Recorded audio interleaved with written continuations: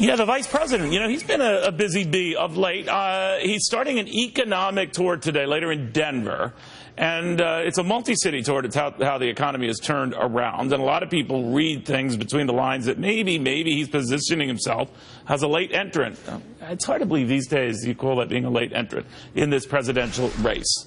Too early to say, but we're going to debate that with Rachel Campos-Duffy and Hadley Heath Manning, who is in Denver. Hadley, to you first. I mean, how likely is that? What are you getting? Is this sort of an effort on the part of the vice president to sort of, reintroduce himself to the American public post the death of his son? Or is he heeding the advice of some of those kids who have been telling him, Dad, run, run?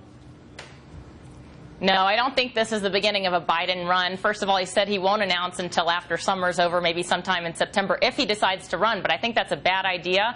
I think Vice President Biden is an easy target for Republicans because unlike any of the other Democratic candidates, or I should say more so than any of the other Democratic candidates, he's tied to these Obama years, the Obama agenda, the record on foreign policy, record on economic policy. So he's got a lot to run from in terms of, if he's actually running, he's got more baggage than most. I don't know. A lot of people remember how things were, Rachel, and say they're better than they were. Well, I definitely think he's trying to hedge his bets, right? He's going to go and he's going to try and put lipstick on this pig of the economy.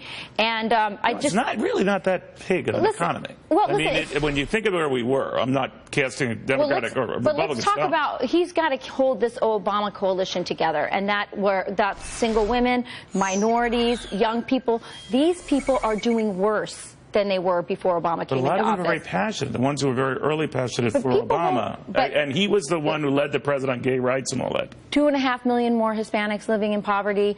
Income levels for black and Hispanics are down. Student loan debt is worse. So you're saying don't even bother, Mr. Vice President? I think he's doing what he needs to do to try and make it look good, but he's in trouble if he's going to run on an Obama economy. All right, Hadley, if that is the case, I know how these conventions go. We were talking about it here, about what each side says. The Republicans are going to say things are awful. The Democrats are going to say, at our convention, remember where we were, remember the markets that were free-falling, remember all that was going on, they're a lot better. And they will argue, and some of them even rephrased it like this, well, maybe not, off to the races, but kind of off the mat. And that is something they're going to pound. And you want to go back to Republicans. How would a Joe Biden address that? Or would he bother? Well, I think this is where he again faces a shortcoming or a disadvantage compared to other Democrats who can say, look how far we've come and we still have further to go. But Joe Biden, unlike the rest of the Democratic candidates, has had a hand in this. He has been the second-hand man to President Obama during these years. He's looking at how vulnerable Hillary Clinton looks and how Sanders is eating her lunch in a couple of places, and then, hey, why not? I absolutely think he is. You do? I do. I think he's looking at this. He knows how unlikable Hillary is. I think he is a likable guy. But unfortunately, like Hillary, he's got some pretty bad policies tied around his neck. All right, ladies, we'll watch very, very closely here. In the meantime, I do